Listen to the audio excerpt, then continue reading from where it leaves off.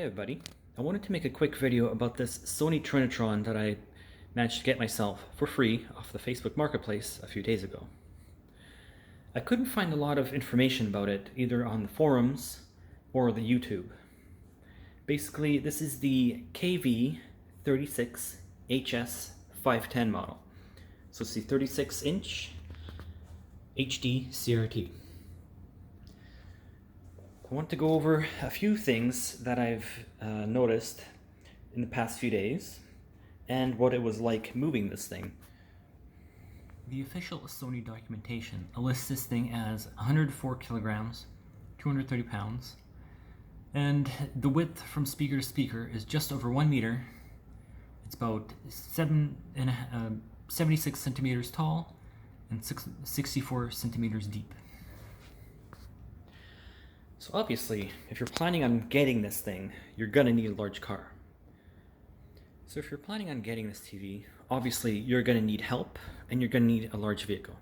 Whether it's a truck, a van, minivan, trailer, a large SUV. If you come equipped with a station wagon or a hatchback, you'll be pushing your luck. I managed to get this thing here with a inside of a 2015 Santa Fe XL. And with the TV off its base, it managed to fit straight in with a little bit of room to spare from to the ceiling. And the base was right behind it as well. So not a big problem. As far as the weight, well, at 100 kilograms, this thing is heavy. But it's not like unmanageable. If you're used to lifting heavy things or weight training, stuff like that, and you have an equally capable partner, you'll be just fine, especially if you're just carrying it, ground level from where it is to a vehicle, etc. It's not super comfortable, but it's manageable. There's a handy, you can fit quite a bit of your hand right there to support it. Even this thing is a good handhold.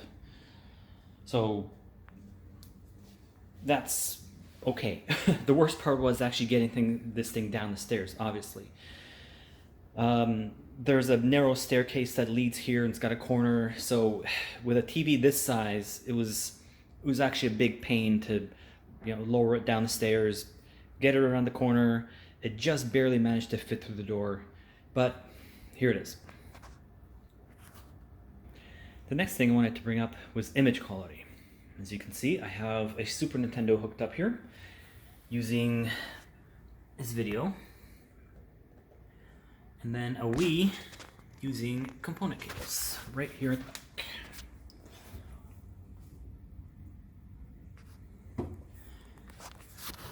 The information that I couldn't find online was how does this TV treat 240p signals from like the Nintendo, Super Nintendo, N64, Genesis, PlayStation 1, Saturn, whatever. As you can see, there are no scan lines. It treats the 240p signal as 480i. Now there is an option, sorry I don't have the remote right now, in the menu, to treat this as either an interlaced or a progressive signal. This changes the image slightly. Progressive is maybe slightly sharper, but I don't know, it's give and take. It's fully playable. I don't notice any lag. I've played, I've had old LCDs that had probably up to like a quarter of a second lag. Sometimes it felt like, but this seems very responsive. So if you don't care about having scan lines, if you don't care about this super awesome retro image, then this should be fine for you. So moving on to the Wii, and with some 480i and 480p signals. Now this is, I believe it's set to 480p right now in the menu, but I'm not sure. Let me get the pointer here. I'm going to play Harvest Moon, which is only an interlaced title. And I'm not sure if it's the TV or the signal or something, but sometimes it just can't seem to figure out what to do with the signal. I'm not sure if it's the TV or the cables or the Wii or something like that, but it behaves kind of strangely. So let me start it up here. So the image just, if it's got too much black, it just starts jumping around like that.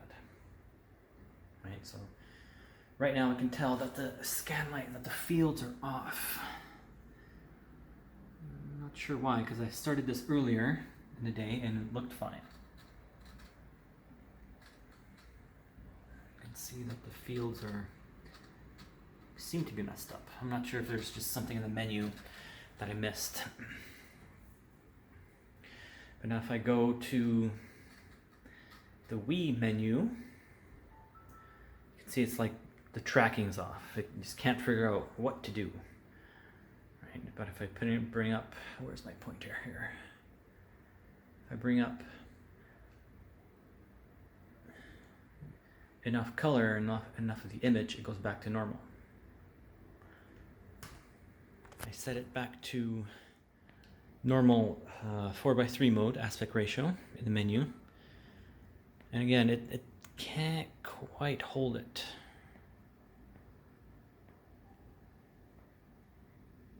But if there's enough of the signal, it looks fine. So maybe there's something in the detection algorithm in the TV that's kind of messing it up.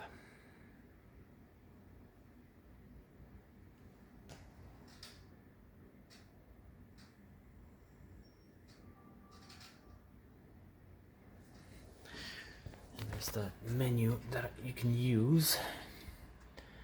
If you go to setup, 16:9 enhanced, set it on, and now the TV squishes its image to a 16:9 square.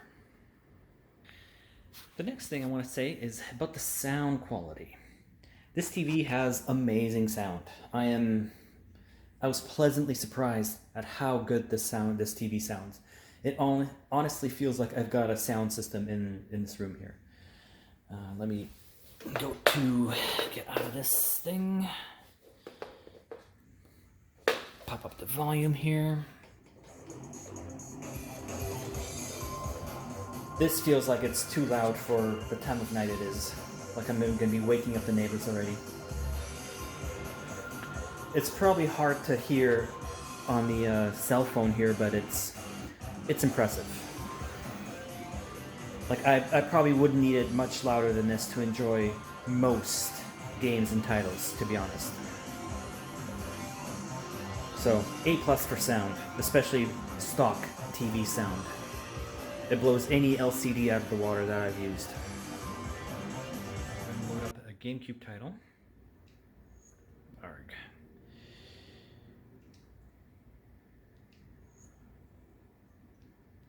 Right.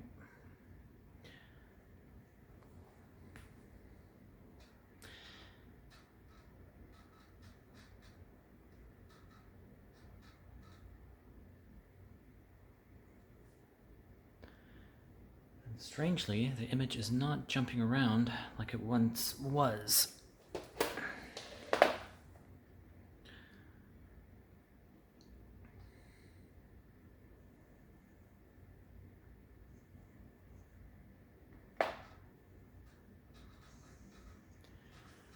Gotta say, this game looks fantastic, running at 480p widescreen. Kinda wish they made a new one. Hint, hint, Nintendo. It's been 17 years, come on. But anyways.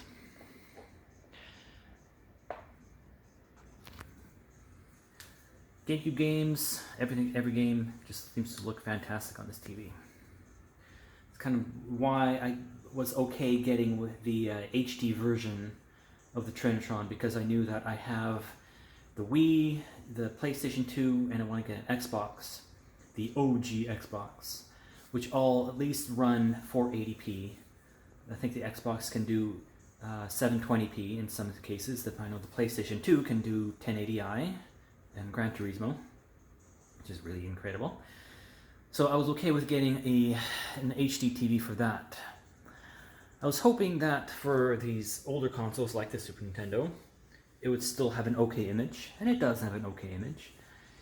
But if I was purely going to play these old school consoles, I would probably get myself another standard definition Trinitron, just so I can get that, you know, authentic old school experience with scan lines and all.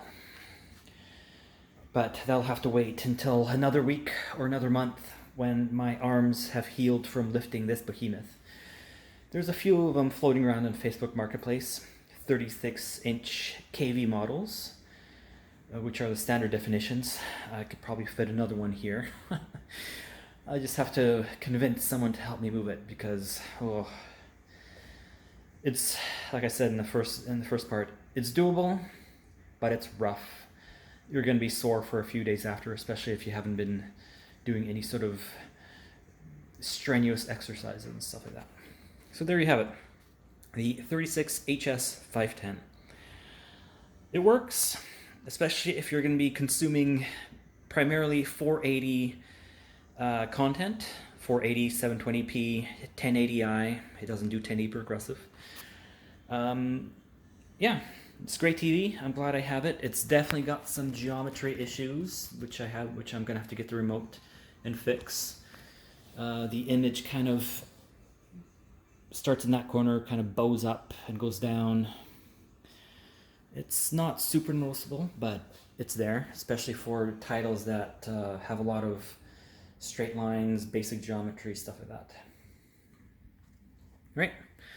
If I do end up getting the 36 KV 300 or 310, I'll make another video and maybe do a comparison. But in summary, good TV, no noticeable lag compared to new LCDs and stuff like that. So if you are looking to play games on it, old school games, fighting games, seems to work. Seems to work just fine. I don't know about light gun games, because I don't have anything with a light gun. So I can't really help out there. But I'm happy with this TV, and I'm going to be keeping it.